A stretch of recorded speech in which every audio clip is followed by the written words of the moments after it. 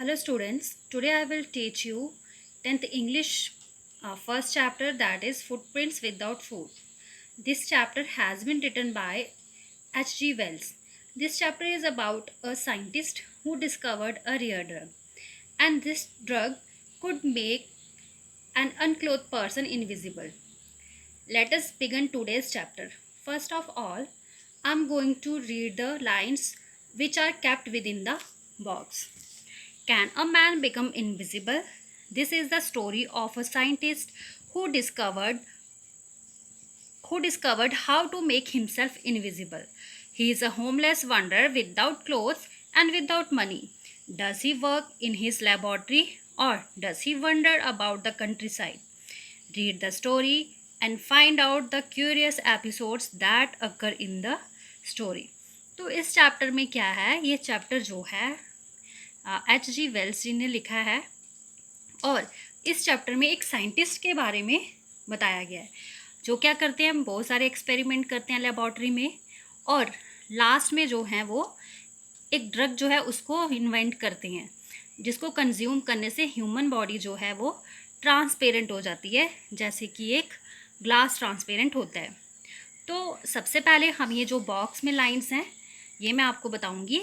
इसमें जो है ऑथर ने क्वेश्चन पुट किया है, क्या पूछा है कि क्या एक मैन जो है वो इनविजिबल हो सकता है, और फिर वो कहते हैं कि ये स्टोरी जो है एक साइंटिस्ट के ऊपर है जिसने क्या किया है, एक ड्रग जो है, एक डिस्कवरी की है एक ड्रग की, जिससे क्या होता है कि वो खुद ही इनविजिबल हो जाते हैं उसको कंज्यूम करके। और देन उन्होंने बोला है कि he is a homeless wonder without clothes, तो वो एक बिना कपड़ों के होमलेस वंडर हो जाता है। वंडर मीन्स जो आवारा घूमने वाला, बिना किसी पर्पस के यहाँ वहाँ घूमता रहे। और विदाउट मनी, देन क्वेश्चन क्या किया उन्होंने कि does he work in his laboratory और does he wonder about the country. Next author जो हैं वो क्या क्वेश्चन करते हैं कि क्या वो लेबॉर्ट्री में काम करते हैं, वर्क करते हैं, या फिर वो जो साइंटिस्ट है क्या वो कंट्री साइड्स होता है गाँव में, तो क्या वो गाँव वगैरह में घूमता है। तो ये हम अब चैप्टर को रीड आउट करेंगे, पता लगाएंगे जो भी क्यूरियस एपिसोड्स इसमें होते हैं। The two boys started in surprise at the fresh muddy imprints of a pair of bare feet. What was a barefooted man doing on the steps of a house in the middle of London? And where was the man? As they gazed, a remarkable sight met their eyes. A fresh footmarks appeared from nowhere. अब क्या है इन lines में, कहते हैं कि कहाँ की बात कर रहे हैं, लंदन के मिड की बात कर रहे हैं। वहाँ पे दो लड़के हैं जो हैरान हो जाते हैं क्या देख के, कीचड़ से भरे हुए पाँव के निशान जो थे वो लगे हुए थे, उनको देख के वो सरप्राइज हो जाती हैं। और हैरानगी वाली बात ये होती है कि वो देखते हैं कि वहाँ फ्रेश मडी प्रिंट्स लगते हैं लेकिन वहाँ पे कोई मैन उनको कहीं नहीं दिखाई देता। Further footprints followed, one after another, descending the steps and progressing down the street.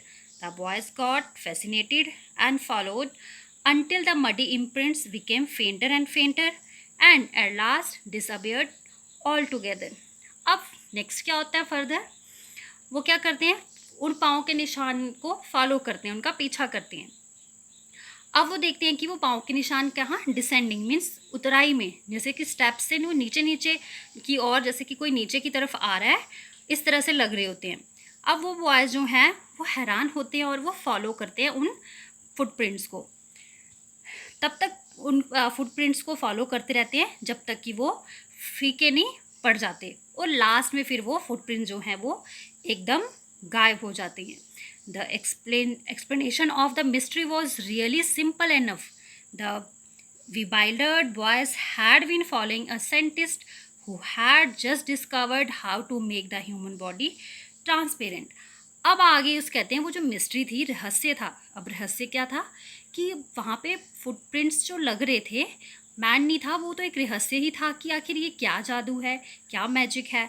तो उसकी कहते हैं एक्सप्लेनेशन क्या है, सिंपली वो मिस्ट्री जो थी वो ये थी कि वो जो बॉयज़ साइंटिस्ट को फॉलो कर रहे थे, वो जो हैरान हो रहे थे, वो क्या था कि एक साइंटिस्ट ने क्या किया था, अभी रिसेंटली उसने एक डिस्कवर की थी एक ड्रग, और कहते हैं कि वो ड्रग ये थी कि जिससे कि ह्यूमन बॉडी ट्रांसपेरेंट हो सकती थी. Griffin, the scientist, had carried out experiment after experiment to prove that the human body could become invisible. Finally, he swallowed certain rare drugs and his body became as transparent as a sheet of glass, though it also remained as solid as glass. अब क्या है, अब उस scientist का नाम बता दिया इन्होंने. अब कौन है वो साइंटिस्ट? ग्रिफिन जो है वो साइंटिस्ट है. कहते हैं कि जिसने बहुत सारे एक एक्सपेरिमेंट के बाद दूसरे लगातार कंटिन्यूसली वो एक्सपेरिमेंट करता गया. और वो एक्सपेरिमेंट किस पे कर रहा था? ये प्रूफ करने के लिए, ये साबित करने के लिए कि ह्यूमन बॉडी भी जो है वो इनविजिबल हो सकती है. और देन क्या होता है, फाइनली वो डिस्कवर कर लेता है और फिर वो उस जो ड्रग है उसको स्वेलो करता है. और कहते हैं कि जो उसकी बॉडी है वो ट्रांसपेरेंट हो जाती है, पारदर्शी हो जाती है, एकदम वैसे ही जैसे कि कोई ग्लास मीन शीशा, शीशे की जैसे कोई शीट हो. जबकि रहता वो सॉलिड वैसे ही है जैसे कि हार्ड होती है ग्लास की sheet. Brilliant scientist thought he was Griffin was rather a lawless person. His landlord disliked him and tried to eject him. In revenge, Griffin set fire to the house. To get away without being seen, he had to remove his clothes. Thus, it was that he became a homeless wanderer, without clothes, without money, and quite invisible until he happened to step in some mud and left footprints as he walked. अब क्या कहते हैं कि brilliant scientist दो he was, कहते हैं बेशक वो ब्रिलियंट साइंटिस्ट था, बट वो कैसा इंसान था, कैसा बंदा था? एक लॉलेस पर्सन था. वो कानून जो है, लॉज को नहीं मानता था. और कहते हैं कि उसके जो लैंडलॉर्ड थे वो भी उसको पसंद नहीं करते थे और वो कोशिश कर रहे थे कि वो यहाँ से चला जाए.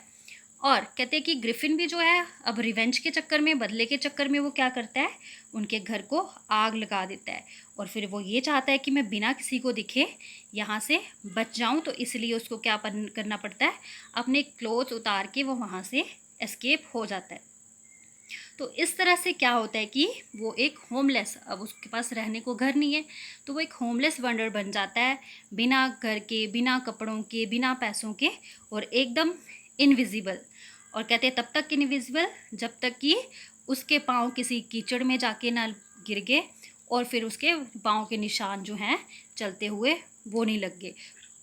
He escaped easily enough from the boys who followed his footprints sorry students, in London, but his adventures were by no means over. He had chosen a bad time of the year to wander about London without clothes.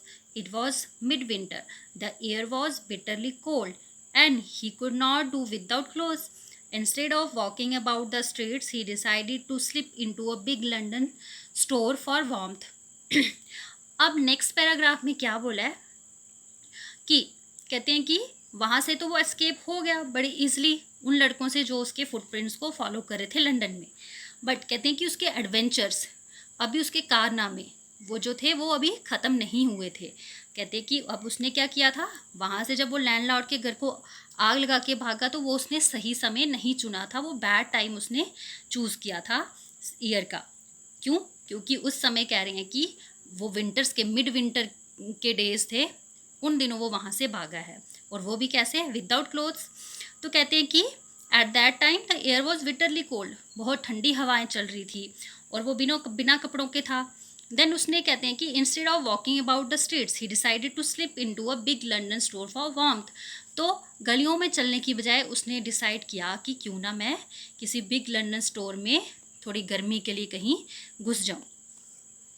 Okay, next. Closing time arrived, and as soon as the door was shut, Griffin was able to give himself the pleasure of clothing and feeding himself without regard to expense. अब next क्या है, कहते हैं कि जैसे ही वो shops का, stores का जो क्लोजिंग टाइम आता है, तो जैसे ही कहते हैं कि डोर बंद होते हैं तो ग्रिफिन जो है उसको वो इस योग्य हो जाता है, वो एबल हो जाता है कि वो खुद को कपड़ों का और खुद को जो है कुछ फीड कर सके बिना किसी खर्च किए हुए. He broke open boxes and rappers and fitted himself out with warm clothes.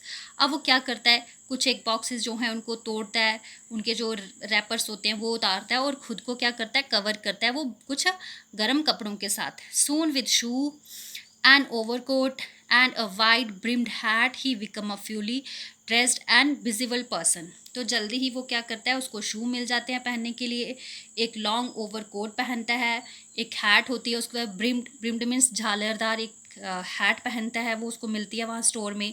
और इस तरह से वो अब फुली ड्रेस्ड हो जाता है, पूरे कपड़ों में वो आ जाता है। और इस तरह से जैसे ही वो फुली ड्रेस्ड होता है तो वो एक विजिबल पर्सन हो जाता है। In the kitchen of the restaurant, he found cold meat and coffee, and he followed up the meal with sweets and wine taken from the grocery store. Finally, he settled down to sleep on a pile of quilts. अब next कहते हैं कि kitchen, वहाँ पे restaurant की kitchen में उसको क्या मिलता है, वहाँ पे उसको कोल्ड मीट, कॉफ़ी मिलती है। इसके बाद वो फिर क्या करता है, मील खाना खाने के बाद कुछ स्वीट्स खाता है, वाइन वहाँ से ग्रॉसरी शॉप से, वहाँ से स्टोर से लेता है। और आखिर में फिर वो क्या करता है, कहते हैं कि पाइल ऑफ अ क्विल्ट्स, रजाइयों के ढेर पे फिर वो सो जाता है। If only Griffin had managed to wake up in good time, all might have been well. As it was, he did not wake up until the assistants already arrived next morning. अब next paragraph में कहते हैं कि अगर Griffin सुबह जल्दी time पे उठ जाता तो सब कुछ सही रहता। अब होता क्या है कि वो सुबह जल्दी नहीं उठ पाया, और तो कहते हैं कि तब तक जो असिस्टेंट्स थे वहाँ स्टोर के, वो मॉर्निंग में अर्ली मॉर्निंग वहाँ पहुँच चुके थे। When he saw a couple of them approaching, he panicked and began to run. They naturally began to chase him. अब होता क्या है कि जब उनको सामने से वो couple of them उनको आते हुए देखता है बंदों को कुछ एक, तो वो पैनिक हो जाता है, घबरा जाता है और भागने स्टार्ट कर देता है।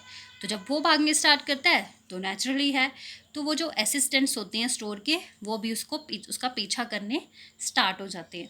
In the end, he was able to escape only by quickly taking off his newly found clothes. So once more he found himself invisible but naked in the chill January air. अब क्या होता है, आखिर में वहाँ पे कहते हैं कि वो भागने के योग्य हो जाता है, बट कैसे, फटाफट से वो क्या करता है, अपने कपड़े उतारता है जो कि अभी अभी उसको मिले थे।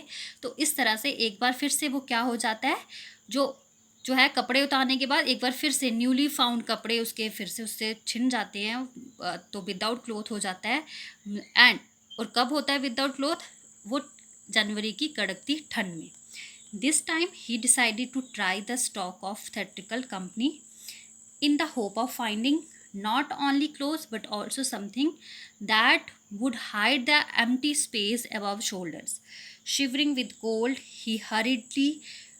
to he hurried to Drury Lane, the center of the theatre world. अब कहते हैं कि इस बार वो क्या डिसाइड करता है कि मैं कहाँ जाऊँ, थिएट्रिकल कंपनी में जाने की वो सोचता है। और कहता है कि भाई इस बार सिर्फ मैं कह रहा है कि कपड़ों की बात नहीं है, बल्कि वो चाहता है कि उसका जो एम्प्टी स्पेस है, जैसे शोल्डर्स के पास का उसका एरिया एम्प्टी है, उसके लिए भी कुछ मुझे मिले। तो वो ठंड से काँप रहा होता है और काँपते हुए कहाँ जल्दी जल्दी में कहाँ जाता है, वो कोई ड्रेरी लेन जो है वहाँ के थिएटर वर्ल्ड में, वहाँ वो एंटर करता है। He soon found a suitable shop. He made his way invisible upstairs and came out a little later wearing bandages round his forehead, dark glasses, false nose, big bushy white whiskers and a large hat. अब क्या होता है, उसको suitable जो चीज़ें चाहिए थी वैसी शॉप मिल जाती है। तो अब वो जब जाता है तो वो इनविजिबल होता है क्योंकि वो विदाउट क्लोथ्स है। तो अपस्टेयर जाता है और वहाँ से उसको कपड़े वगैरह पहन के जब वो आता है थोड़े टाइम के बाद, तो एक विजिबल मैन की तरह आता है। और क्या उसकी जो अपीयरेंस होती है वो कुछ ऐसी होती है कि उसने बैंडेजेस अपने फोरहेड के राउंड लपेटी हुई हैं, डार्क सा चश्मा पहना हुआ है, एक नकली सी नाक है, नकली मूछें लगाई, दाढ़ी लगाई हुई है, एक लार्ज सी हैट पहनी हुई है। ये सब वो पहन के थोड़े टाइम के बाद वो आता है नीचे। To escape without being seen, he callously attacked the shopkeeper from behind, after which he robbed him of all the money he could find. तो अब वो क्या कि बिना वो दिखे भागना चाहता है वहाँ से। फिर वो क्या करता है, वो जो शॉपकीपर वहाँ होता है उसको पीछे से उसके ऊपर अटैक करता है, और कहते हैं कि अटैक करने के बाद फिर उसकी जो मनी होती है, पैसे होते हैं, उसको भी रॉब कर लेता है, वो भी पैसा वगैरह सब लूट के तो वहाँ से वो भाग जाता है। सो स्टूडेंट्स, आज हम यहीं तक करेंगे, and rest of the chapter we will cover in the next video. Till then, bye bye students, take care.